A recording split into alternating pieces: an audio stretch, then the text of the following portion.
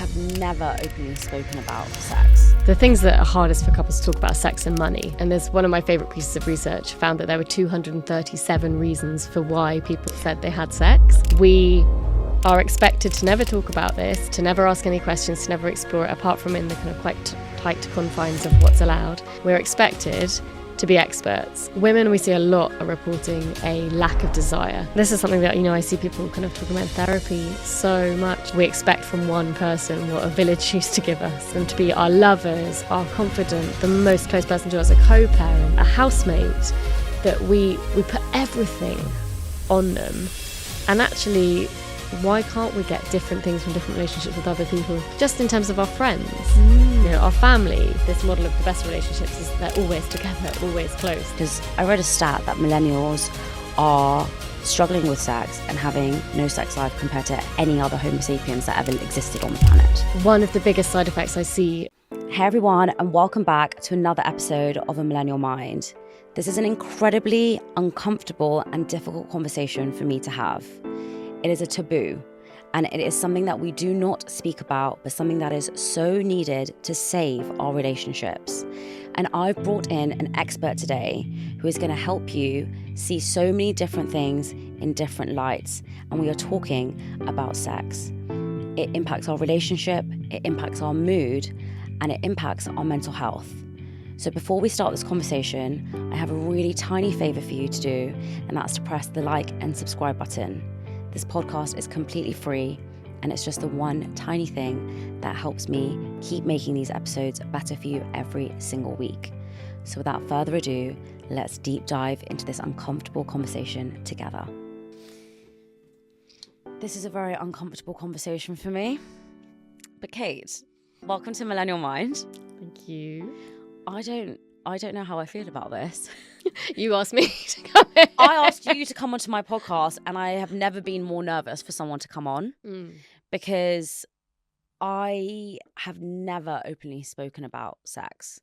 I think it's a taboo to even mention the word, let alone to deep dive into the topics. But I feel like it's really important because we're seeing such a rise in divorces, in breakups, and overall relationships are struggling right now. And one thing you said to me is we often separate those issues. Yeah, we definitely do. And I think so often sex is the bit that we don't want to talk about. We think that the things that are hardest for couples to talk about are sex and money, really. And when you said to me, I'm so nervous about this conversation, I think that's how most people feel coming into psychosexual therapy. They don't skip in really excited to be there. In the perfect world, no one really would be coming to psychosexual therapy. And I think, in a way, so much of the work that I do is trying to do myself out of a job. Yeah. Which is about trying to improve our sexual culture and sexual well-being so that people don't end up at the point that they're struggling so much they have to come and see someone like me. But yeah, it definitely, I think, reflects the general feeling we have around it as a topic. And why are people struggling so much? Because I read a stat that millennials are struggling with sex and having no sex life compared to any other Homo sapiens that ever existed on the planet. So what's so different about millennials, and why are we struggling so much? Well, there's so many theories, and people are calling it the sex recession. There have been some really big, kind of very widely read articles which have labelled it that. And there are some really big theories. One, the one that everyone points to is the increased role of media in our lives, social media, our phones. They take our attention. We're kind of all glued to them. It's our primary way of connecting. And often when we're together physically, they are a barrier between us. And it's something that couples talk to me about all the time in therapy, but you can just see it everywhere. And then we've got also things like it's harder for people to move out of home. Life is a lot more expensive. So people are living with parents for longer, living in shared accommodation for longer. So there is an actual kind of having your own space factor that also goes into it. But stress levels, anxiety levels are at an all-time high. And I think that also we don't have good enough sex education. And with the shift of sex becoming something more visible, we're also understanding that this is something that we can do something about and change, where I think previously people accepted that that was just how it was, or they didn't have the resources or the ability to even have a conversation about how to do something differently. So how do we do something differently? Well, it's so layered. The conversation itself, podcasts like this, I think are brilliant because it's kind of sneaking it in amongst other conversations. It's being allowed. Yeah. So a lot of what we talk about in therapy is permission giving and normalizing, and sex being something which is presented alongside other areas of health, well-being, is a really important part of it, because it's always been that kind of dirty, kind of dark corner bit that nobody wants to talk about. And we see that reflected in things like health, people really taking a long time to go and see doctors or medical professionals about something to do with their genitals or something to do with sex or anything to do with that part of their body, because they feel embarrassed and ashamed about it. And that can have a massive knock-on effect on health as well, and mental health. Yeah, absolutely. I think the first step, though, is recognizing that something is wrong and being okay to know your body and understand that it's okay to seek help. So as a psychosexual therapist, what are some of the reasons that people are hesitant to approach you? So when you obviously work with people, do they tell you, look, I didn't want to come to you for so long because of... Yeah.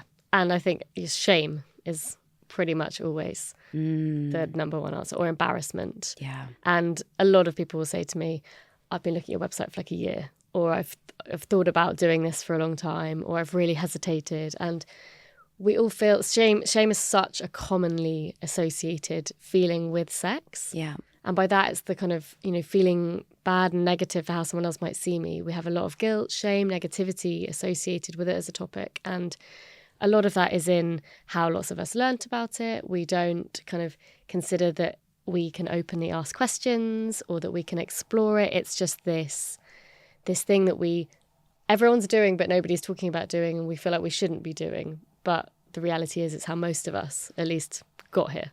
Absolutely. I really want to touch on shame because it's something that I feel with a lot of things, even this podcast. The first thing I recognized, and just like people who are looking at your website, I've been watching your podcast for a while on other people's channels and listening to your one and thinking, I need to get her on, but how am I going to approach this conversation? What will people say? What will my parents say? What will the comment section say? It's very taboo to talk around sex in Indian culture. I've never ever spoken about it. And even knowing that people I know in my community are going to be watching this, I had to really think about how I say things, how I word them, because there is a lot of shame associated with it. And when we think back to it, actually, we have to think about, we're not meant to be talking about sex at all. Just how for a lot of people, when they're younger, they're not allowed to date. And then the second they turn to like 25, it's like, where's your husband? Are you going to get married? But a lot of people are like, wait, hold on. I wasn't allowed to date and now I'm going to be married. Now, I had a different experience. I was always allowed to date, but I've never openly spoke about sex. And then I'm sure the second I get married, it's going to be like, when are you having kids? And that experience is so true for so many people. So sex is okay to procreate. And that should be the only time it's spoken about. And we need to change that. Yeah. And the reasons that people have sex, majoritively, it's not because they're trying to procreate. And there's one of my favorite pieces of research found that there were 237 reasons for why people said they had sex. Right. And I think that, that's one part of sex. And sex is such a huge, wide-reaching topic and experience for people, the way that people do it, the way that people feel about it, the meaning it has for them. But we've focused for so long on one bit. And also that part of sex excludes people that can't have that type of sex, don't want to have that type of sex, aren't interested in that type of sex. And I think that one of the things I always say is we are expected to never talk about this, to never ask any questions, to never explore it, apart from in the kind of quite tight confines of what's allowed.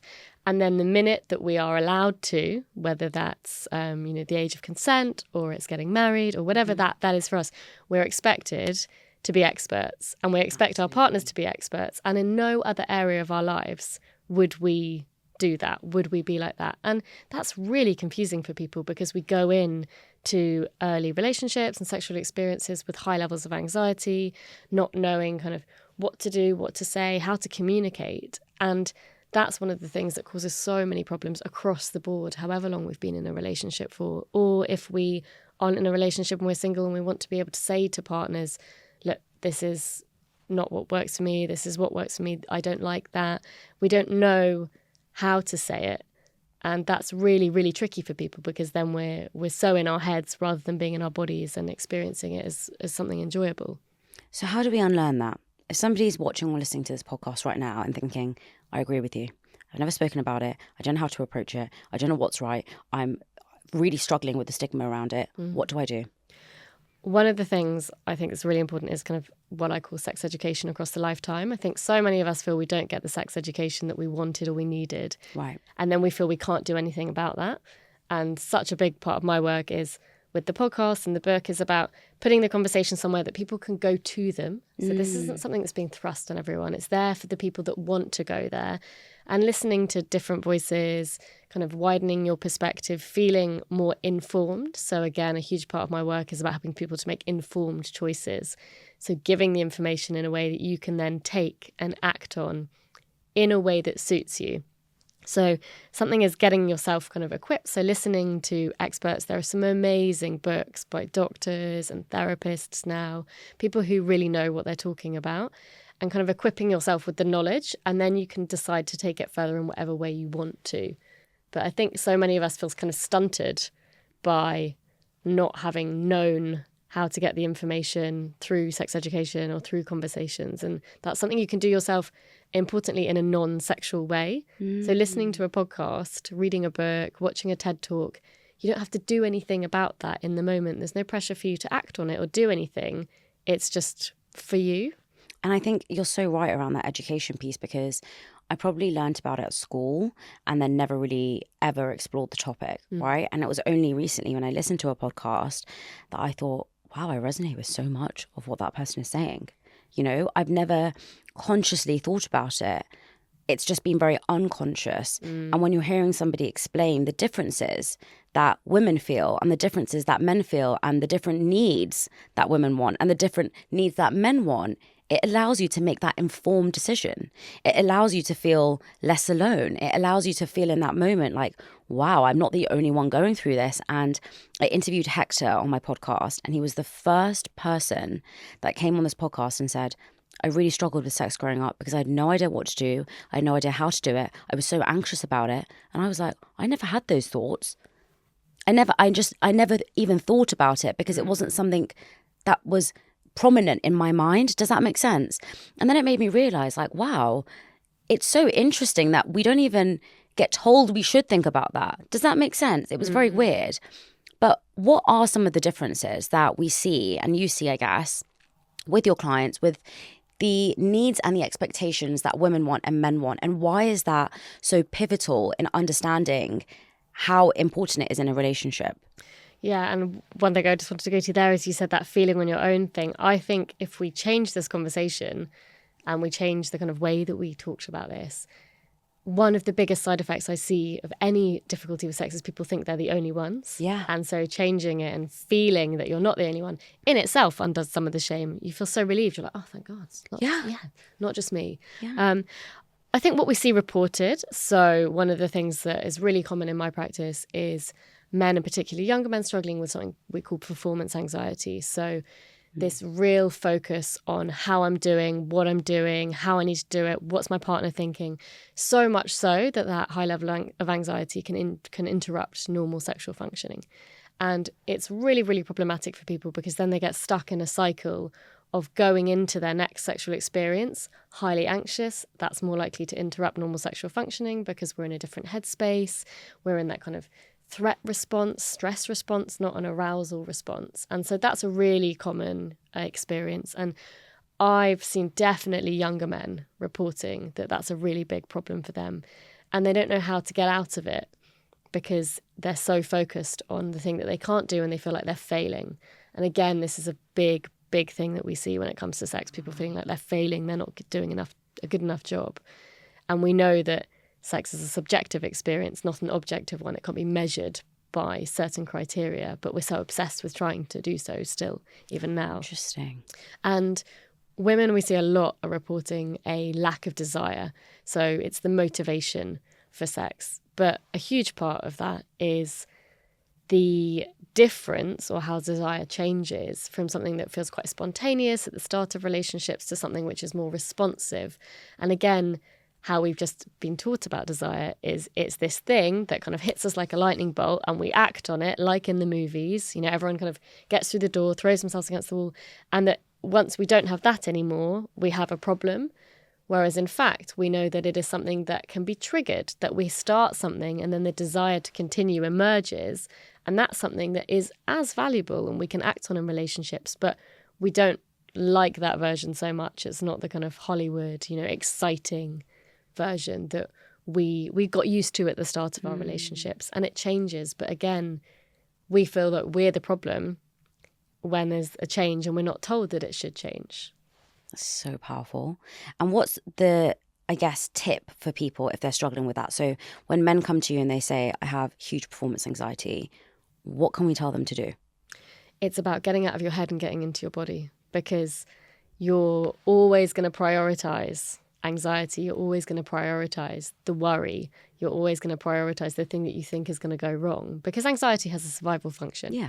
And so what we have to do is we have to take away the goal orientatedness of sex. We have to take away the point of pressure and get into focusing on what's happening in your body. And there's an irony, which is that focusing, for example, whether it's on orgasm, the irony is you're probably least likely to achieve it when you're focusing on it so much. Whereas if you take it away as a goal and enjoy the experience of pleasure, you're more likely to get there.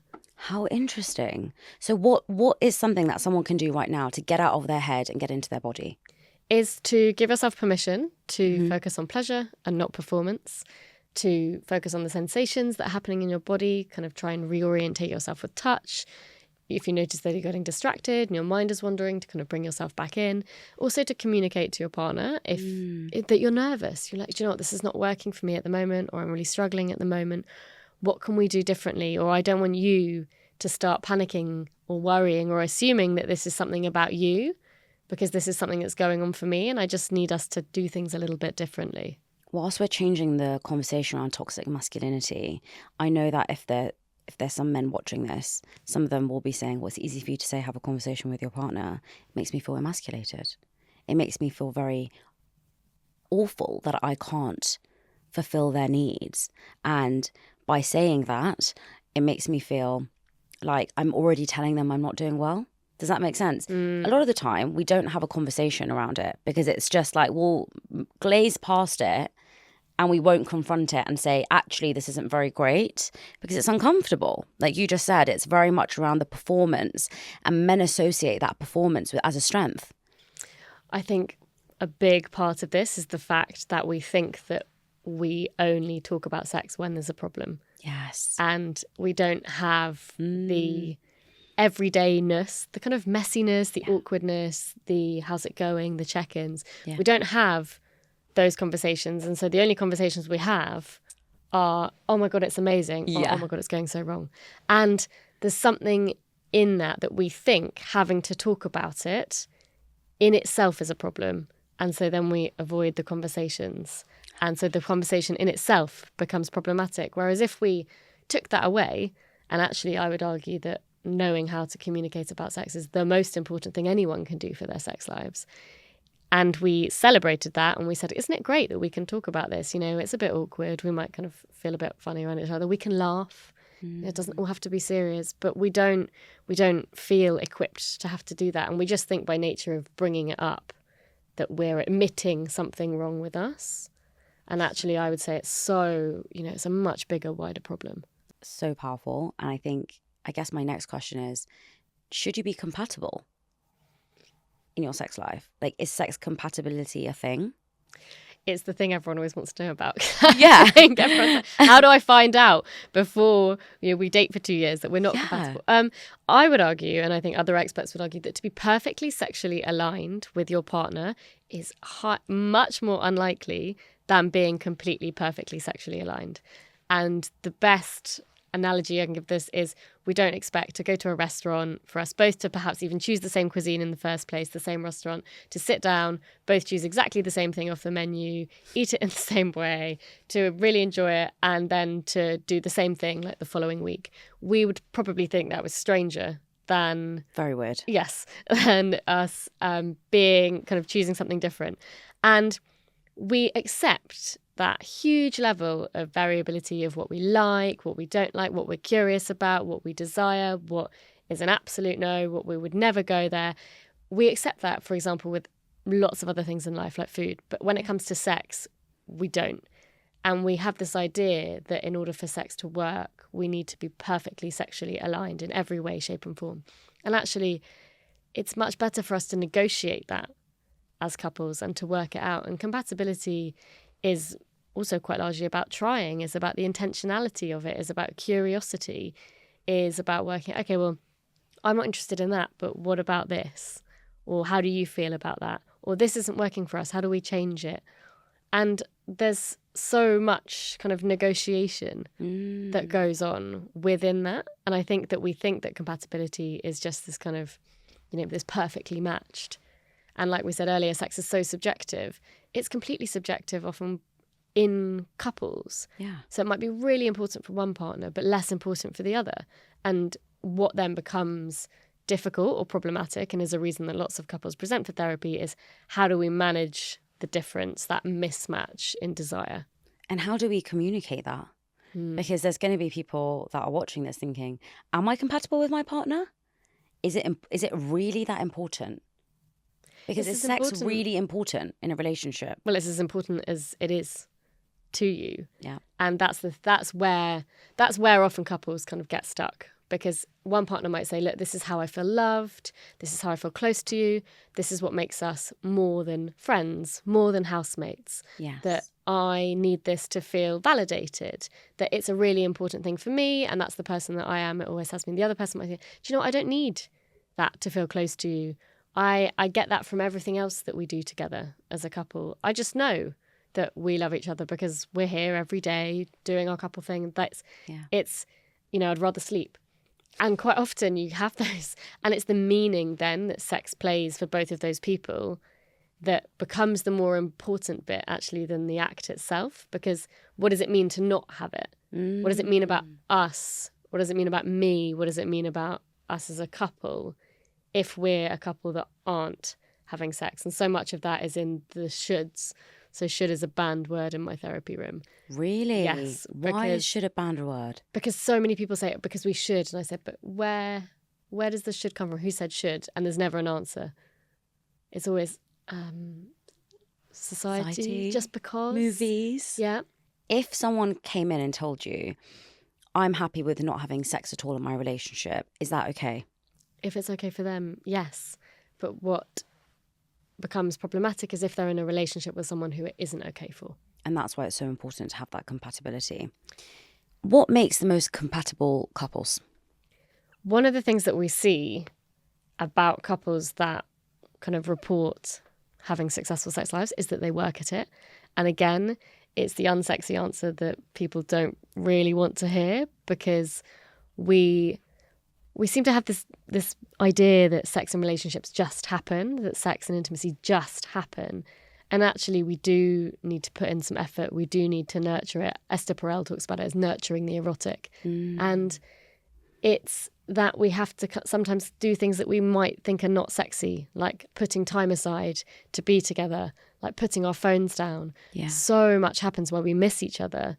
How many couples sit in bed together, both on their phones, and they miss the reaching out, the eye contact, the kind of potential for leaning into something and it happening. And that disconnect is problematic for sex a lot, because those little invitations to each other are missed. We don't see them. We don't get the eye contact. We don't get the touch because we're so preoccupied. We're so distracted. And how do we become less distracted? Because as much as I would love to say, okay, I'm going to put my phone away for half an hour and let's encourage everyone half an hour before bed to do that, a lot of people will say, we're distracted by our kids. We're distracted by our friends. We're distracted by our work. We're distracted by what's going on in the world. So what's a small thing that you advise people to do if they're struggling right now with so much distraction?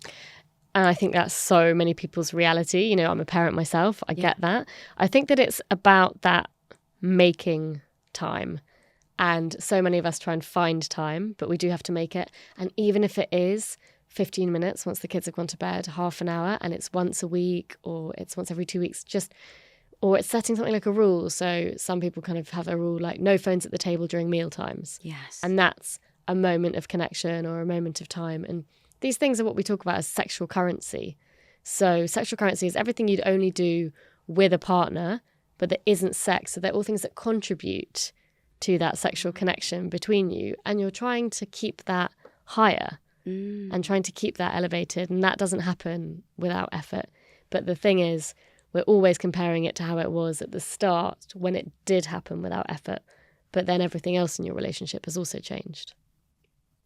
Effort is a funny word, because in relationships at the start, you don't have to make any effort. It just comes. The spark is there. You're excited. You want to do things together. You're thoughtful. And often you're a lot more physical, and there's a lot more connection, and you're a lot more complimentary. And so at the start, everything feels wonderful. And I think the problem in the modern dating world is we are shown in movies that your love grows stronger. Because your love grows stronger, you often continue to do those things without thinking about it. It's just second nature. My partner loves me and he doesn't even have to think about that stuff. And we're constantly fed this narrative that actually, if you love someone, you would do these things automatically. In fact, I think it's the opposite. You make a lot of effort in the beginning, but then you have to consciously work at it. And that idea of consciously working at your relationship has come to light a lot more now when people are saying that, we work hard at our relationship every day, but it's still uncomfortable to say to your partner, we have to work at this. Why is that? What is the modern dating world doing? We work at everything, don't we? I think it's kind of mad that we think that we shouldn't work at it. And I think a lot of experts will talk about how the fact that, our relationships are some of the hardest work we'll ever do because there's you, there's me, and we. And we have to really negotiate what someone else wants alongside balancing that with our own needs. But I think that fantasy model is that the best relationships just work. Yes. But it's the introduction of everything else, work, kids, different schedules, travel, money, running a house together. No one thinks that putting out the bins is sexy and fun, but we do all of those things. And I think that the way that we show our partners that we're interested, that we're attracted to them, it changes. And we see that, research has shown that there's different chemical profiles between lust, attraction, and attachment. And how we get to know each other kind of depends on how much we invest at the start. So it's really important. And that's why we see that often people at the start of relationships, their friends say, we haven't seen you, where have you been? That whole, we kind of throw ourselves in so hard. And then we kind of come out the other side and we start to integrate all the other things back into our lives. But so much of that is about building that strong connection with someone, is about that we talk about it as the honeymoon period, don't we? Yeah. But just because it's changed doesn't mean that it's worse. It's just less obvious, I think. But we exchange that novelty, that excitement, that curiosity, that getting to know each other for something more routine or more stable or more predictable. And we see that those things kind of balance each other out a bit. And therefore we have to inject the novelty, the fun, the curiosity a bit more because by nature of us knowing that person more, better, deeper, then there are going to be less things that perhaps surprise us or excite us. I actually listened to in another podcast that somebody said women love spontaneity and men love routine. Do you think that's true? I have no idea if I think that's true. I think that spontaneous sex is kind of hailed as the best type of sex. I think that we see that reported by people all the time, and often it's because it's the challenge against routine or familiarity. And routines are something that are really easy to settle into when it comes to sex. And I think we all desire the heat and the excitement that happened at the start. And I think that's where recognizing these changes that happen is really important, and that we can do something about that, importantly. We can change one thing every time we have sex. We don't always have to do the same thing. But that gets paired with the lack of communication. And so how do we explore that if we're in a relationship as a couple, if we can't talk about it? Because we can't say to each other, okay, why don't we try something different today? How interesting. It is just a small thing, isn't it? Right? Just one small sentence that could change so much. How do we have that conversation? I often say to people, if you're too nervous to have it, then use something like a podcast to, use it as a springboard or a diving board to have the conversation. Just share it with your partner and say, listen to this today. What do you think? Or I heard this today. Share it, whether it is, a podcast, a TED Talk, an article, a TV, a scene in a film, or use something to platform it. Because so often we don't start the conversations for fear of what's my partner going to think if that comes from me. Yes. And so often I recommend to people I'm working with, there are lots of brands that have things like cards with 100 questions about sex and relationships on them. I'm like, if you can't start the conversation yourselves, use something like that as a prompt. Yeah. And often people have been in relationships for years and never talked about sex, had kids and never talked about sex. And so it isn't just something that, people in quite young relationships are struggling with. It's across the board. And I think that it's not going to start itself if it hasn't started by now. But that takes you saying to your partner, how do we talk about this? Or how do you feel about talking about this? Or can we talk about this? And also I say do it at a time when you're not, about to have sex, having just had sex, having sex, or just afterwards. Talk about it in neutral territory. Yeah. Because it can feel so much more intense if it's in a sexual environment. I love that. It's actually such a great tip and also a very good plug. So everyone share this with your partner.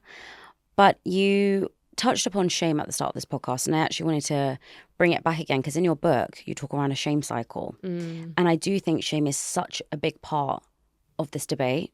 The reason why I think so many people don't address it, the reason why so many people don't communicate about it well is because they associate a lot of shame to sex. So talk to me about the shame cycle. So this is something that, I see people kind of talking about in therapy so much is if we perceive that we are failing at sex, not good at sex, not good enough. So also thinking that the not good enough feeling is quite common for a lot of people in lots of areas of their lives. We go into it kind of not feeling confident. We might be starting to worry, be preoccupied by our thoughts, be quite anxious. We might then struggle physically. So we know that feelings of shame, anxiety, stress can interrupt arousal, which is the body's process of preparing for sex. So things for women like increased lubrication, increased blood flow to the genitals, to the pelvic area, erections for men, getting people to start increased heart rate, increased blood flow, and all of those things that play a critical part in how our body works. Now, if those are interrupted, we aren't going to be able to perform. And you'll notice the words I'm using are not words that I would use, but these are the things that people are saying in the way that we want to. And therefore, that contributes further to us feeling like we're failing. We feel bad about it. Often we go internal rather than external. We don't say to our partners, God, I'm really struggling. Like, can we change something, or can we stop, or can we pause? We start to worry about what's going on for them. We self-criticize and we feel really bad about it. And what we then do, because we don't have this resolution, which might be, okay, I need to do something about this, or I need to talk to my partner about this, or where can I get help for this, or how can I equip myself with knowing what's going on here? Often we don't understand the stuff ourselves. Because we keep so much of it inside, we then go into our next sexual experience carrying all of that, like a backpack with us, and it's likely to reinforce what's going on. Our partner might then say, like, what's going on? Often partners jump to things like, are you not attracted to me anymore? That tends to be a first place that people go to. Right. Or, do you not love me anymore? Like, what's happening? And then often partners will have their own internal dialogue because we're working on assumption, not clarification, because a lot of couples aren't able to talk about this. And it's really easy for that to kind of go around. And also when we're struggling with sex, we have what we call a bi-directional relationship with our mental health, which is that it calls into question things that we might think about ourselves, or how we think we're doing, or how we think we are as a man, a woman, a husband, a wife, a partner. And that can then start to knock our confidence, our self-esteem, how we feel about ourselves, our self-image, our body confidence. Yeah. And so that's why we talk about it as a cycle, because it's not just the act of sex, it's what it means. And then what it means for us to be failing is how a lot of people report it at sex. That is so powerful. And I think it's It's fascinating when we're talking about that because it's obviously seems obvious, doesn't it? If you are struggling with your body image, you're not going to feel comfortable in the bedroom. And if you don't think you're comfortable in the bedroom, then you're going to not think you're good enough. And if you don't think you're good enough, then you're going to criticize your body. It's like a loop. Mm-hmm. How do we stop that loop? If I recognize that my mental health is massively affected because I'm so worried about my performance in the bedroom, and I'm sitting here thinking, I know my partner doesn't love me as much anymore compared to the beginning. They were a lot more this. I don't think they're attracted to me and I don't feel confident about myself. What do we do in that moment? Well, one of the things we've got to do is we've got to check it out with the other person. And this is not just for people in relationships, also people who are single are going through this stuff themselves, because sex is so much, our relationship with sex is largely about ourselves as well. And I think we always think of it as this exclusively partnered experience. But True. One of the things we can do is check it out with our partners. And the other thing is, again, equipping ourselves or trying to find some resources, trying to work out what's going on. A lot of the stuff is often deep-rooted as well. And it might kind of go back to previous experiences, but we have to be able to kind of go there and explore it ourselves. And most of us would rather just avoid. And avoidance, we know, is such a natural way of dealing with anxiety. So if we avoid it, we just kind of pretend that everything's fine. And then we try and have a sexual experience again, or try and approach our partner again, or they approach us. And it's likely that we're going to struggle because we haven't worked out what's going on. I think especially in the modern dating world, you just touched upon the fact that we shouldn't just talk about relationships. We should talk about people who are single and perhaps are on dating apps and swiping and meeting people for the first time and maybe having a repetitive pattern of bad sex or no sex, or feeling like they're very scared to bring up the conversation, especially if you're meeting somebody for the first time. What have you found is so different in the modern dating world, and why are millennials struggling so much? I think so many people feel that sense of rejection, and that's really, we have such a kind of human sensitivity to rejection. Of course we do.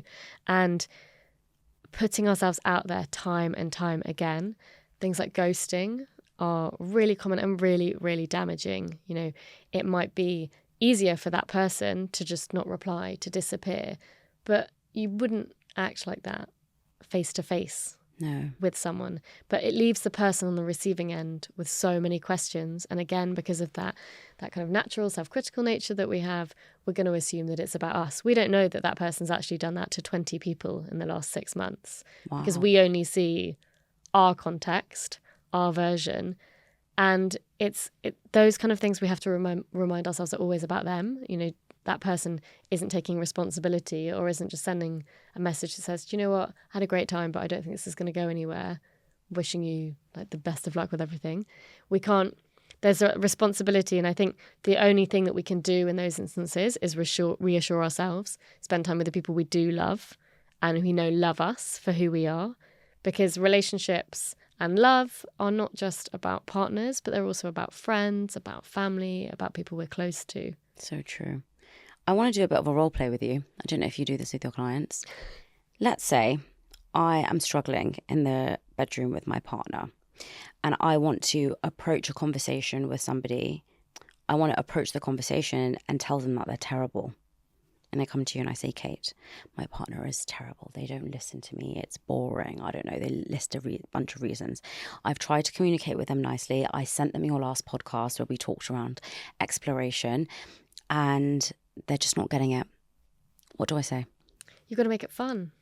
You've got to say, let's do this together. Let's try something together. And also, what if they say no? Terrible is a really interesting thing, because that's, again, subjective. Yeah. And I'd want to know, you've got to balance it out and say to them, okay, look, let's try something new together. What would you like to try? I'm interested in trying this. How do you feel about that?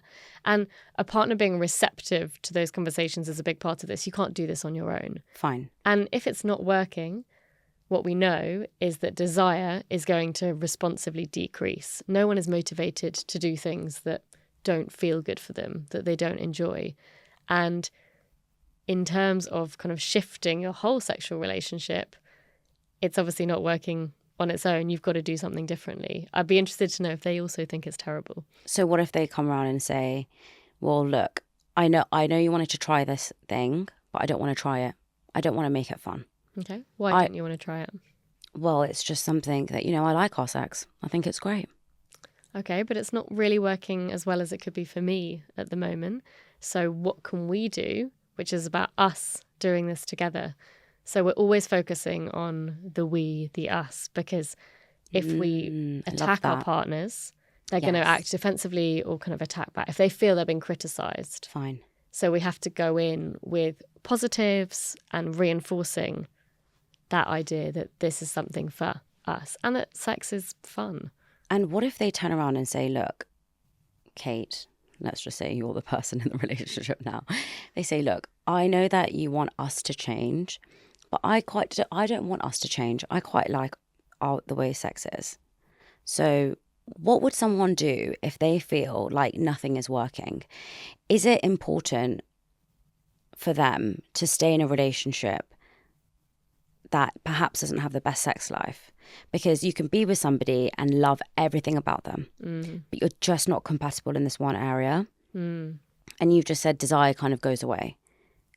Is that applicable if it's something you're really strong about, let's say, for example? I think that lots of couples get stuck into this situation. And the reality is it's about how important it is for the people in that relationship, but also that willingness to change it is in itself quite a big statement in a relationship. If something else wasn't working, how would we approach it?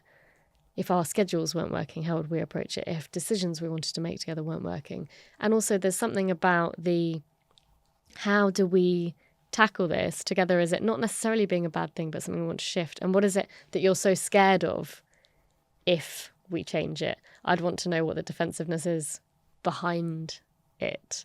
How interesting. When I was listening to another podcast on this, someone said, well, me and my partner are not aligned in our sexual values. We seek that elsewhere. Are you seeing more open relationships? Yeah, I think they're definitely... Open relationships have always been around, but we're definitely seeing a shift in conversation around it, for sure. And, the important point to be made here is open relationships, because they come under the title ethical or consensual non-monogamy, where all parties involved are informed about what's going on, which is why when people like to say this is just cheating, it's not. They are very different things. Why are they so different? Because of the consent, because everyone involved has agreed.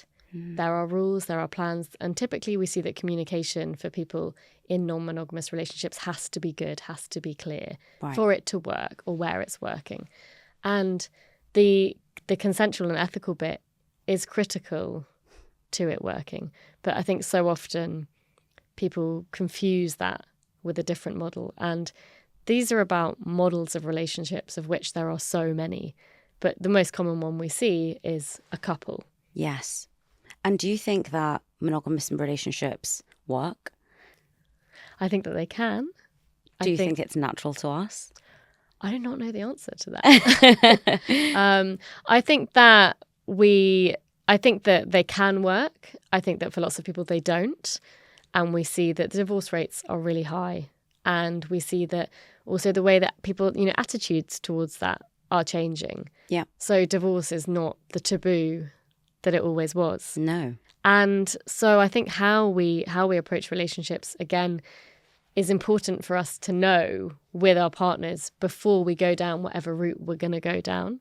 And also, obviously things change for some people. I was just going to say that things change.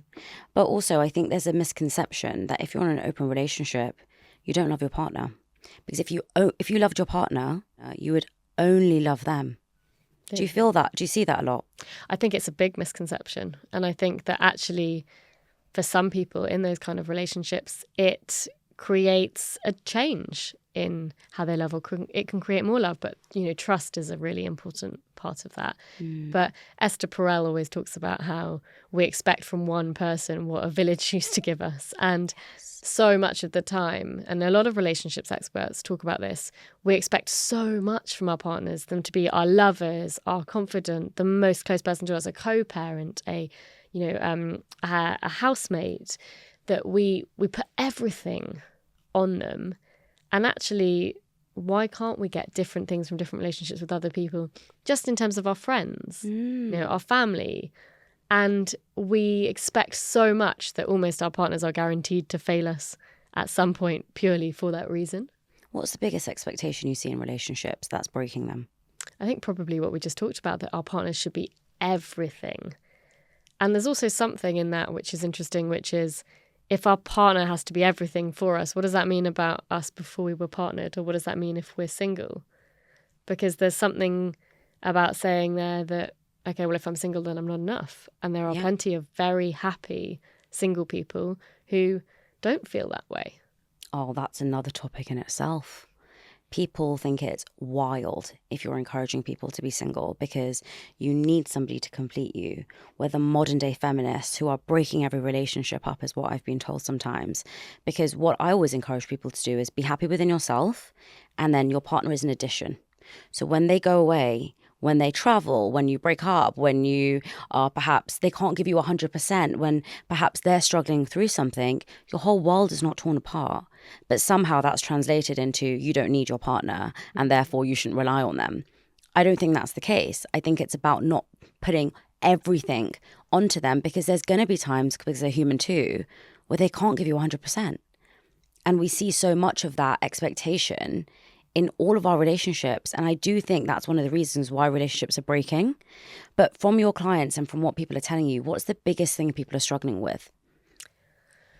I think that, you mean in terms of relationships? Or do you mean in terms of sex? I think in terms of relationships, it's how do we have the best relationship with everything else? I think we're in this really, really kind of highly productive, no rest, all work, no play, on, and then it has to look great on social media. Yeah. And I think that there's so much that we don't have the space or the allowance for it to be just okay. Sometimes relationships can be just okay for a while, and that's fine. They don't have to be amazing all the time. We've got so obsessed with productivity that I think some of that's leaked into our relationships, and particularly, these expectations that we have to look a certain way, and that how we present ourselves to the outside world or on social media. We don't think about how critical or how much pressure a lot of that puts on. And I think there's a big part of that, which is that how do we also divide ourselves in all of these ways and still have time for our relationship? And sometimes relationships are mundane and are boring, and we do just kind of get into our routines. That's not necessarily a real problem, but within that we want the moments of connection. We want to kind of know that we're there for each other, to feel close, and we can do that, and every couple will do that in their own way. But I think it's that we suddenly think there's a problem if it's not kind of all bright and shiny and amazing all the time. We think, oh, okay, well, we should probably change this for something new and exciting. Well, there's that saying that the grass is always green on the other side. And unfortunately, we only see the green grass on social media because nobody is going to post on their relationship, I hate my partner today, he's pissed me off, or she's irritating me, or she's doing this, this, and this. They're just not going to do it. They are going to post when it's their birthday and say, you're the best person that happened to me. They are going to post 3,000 pictures of when they're married saying this was the best day of my entire life. But we don't see that. And so naturally, even there's been times when I've thought like, wow, why is everyone so happy all the time? Honestly, sometimes I just sit there thinking like, what am I doing wrong? Because I feel like I'm happy sometimes, but I'm also really struggling sometimes. And, I shared a story yesterday, and it was so nice to see so many people say like, thank you for being so vulnerable, because when I look at your life, sometimes I do think everything is great. And I'm like, please don't think that way. It's really, really not sometimes. And that's not me complaining. That's me just showing the reality of like, it's very normal to have a good day, a bad day, a good hour, a bad hour. But it's very unusual to see that in relationships because we don't want to be open about our relationship struggles. And one thing you touched on earlier was around making effort. Do you think it's important to make effort in our relationships in the way that we look and the way that we feel? Because there is an expectation of like, my hair must be nice. I must wear nice clothes. I must be in good shape. I must have makeup on every day. I must have my toenails painted and not have an ugly manicure. I mean, some nails are the way forward, guys. But there is that expectation because we want to look nice for our partner because we believe that looking nice is going to fuel the excitement and the niceness, and the honeymoon period will continue. But it's unrealistic. You just said you're a mother of two. How do people do it? I think that so much of that is about how we feel in ourselves and doing it for ourselves and trying to make us feel good. Because the minute we are struggling with whatever's going on for us, we're going to assume that our partner also thinks that. And I think that's where cracks can appear. And actually that we should be doing those things for us. The minute we do them for someone else and that person doesn't give us the response we want, we're going to find that really difficult. And this is about our mental health, our physical health, our well-being, our sexual well-being, whatever that is. It's about working on making ourselves happy. You said it earlier, kind of make yourself happy, and then a relationship will be in addition to that. Now, also, it's something that couples can do together. If they're both struggling or they're in a rut, they're like, okay, how do we change this for us to make us both feel better?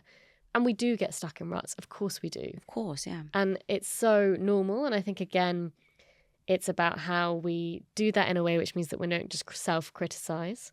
But something you said earlier, that good days, bad days, average days, that's something I say to people about sex lives all the time. I'm like, what makes you think that your sex life has to be great every day, Yes. every time? Everything has variability, good days, bad days, average days. But what is it that we're clinging on to about this idea that sex has to be perfect every time, incredible every time? Because that does set us up to fail. And a bit like the curated reality version of life that we're talking about in relationships, that we have to look perfect every time, be perfect every time.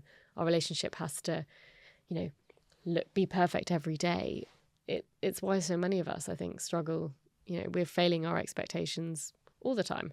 Oh my God, that is so true. Just how you have some days that are the best days of your life, you will have some moments in your relationship that are the best moments of your relationship. And just how you have some days you're like, yeah, it's kind of fine. The majority of your relationship will probably be like, yeah, it's good. Like, it's fine. And then you'll have some days where you're like, everything is hell. And there's going to be moments in your relationship where it's the same. And you're so right. That correlation, we don't think about that. In fact, what we think about is the more I'm with you, the better everything should be. The more stable we should be. The better communication we should have. The more we should understand each other. The more I should be able to read your brain because I just know you and I just get it. Yeah. And I'm sick of us romanticizing this idea. If you loved me, you would know. This. No, I don't bloody know. I'm not a mind reader. Yeah. It's so fascinating. It's so common in couples. It's one of the most common couple behaviours we see is mind reading. You don't even have to tell me your answer. I already know it. And that's where we trip up. And we trip up all the time. And that's where we get stuck in our assumptions. And that's where the communication, the clarifying bit really comes from. Because however much we love someone, we still can't know what's going on in their head. So true. And I think that the normality of all of this stuff is also part of the glue of relationships. Also when we go through some of the hardest times, some of the worst times, it might be horrific for us, but we actually might feel that we come out the other side stronger, better, because we got through it together.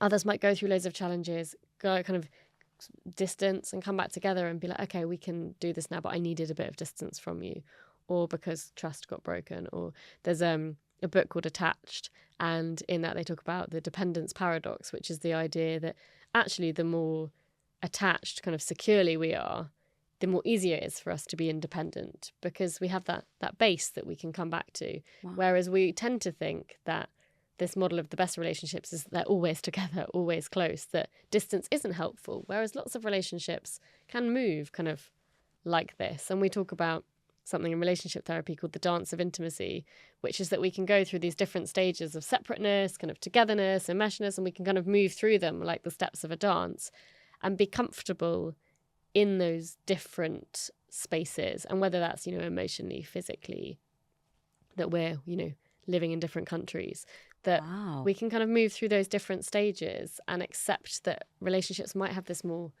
fluid structure, but within the boundaries and the rules we've set for our relationships.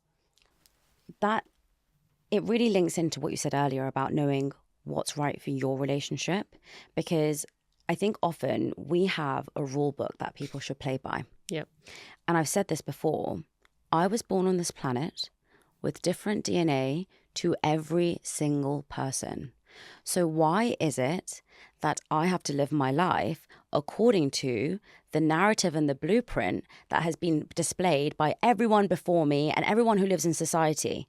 Why can't I choose my own path? If I was meant to be the same, and if we as the world, every single woman was meant to be the same, and every single man was meant to be the same, and every single gender was meant to be the same, why were we given this choice? Right? Why is my DNA so different? It would be a slight difference. It's very different from every single person. I don't know what the stat is, but it's like a 1 in a trillion chance that I would have been born instead of somebody else with the DNA mixing between my parents. So this idea and this narrative that we should all fit into this mold and we should all conform to societal expectations is rubbish. And what you've just said around the fluidity part, I used to have this impression that if you spend a lot of time away from your partner, it's a bad thing. Right? And I'm going to be totally transparent about that. I would see that as my love language is a lot around presence. Not gifts, by the way. Presence.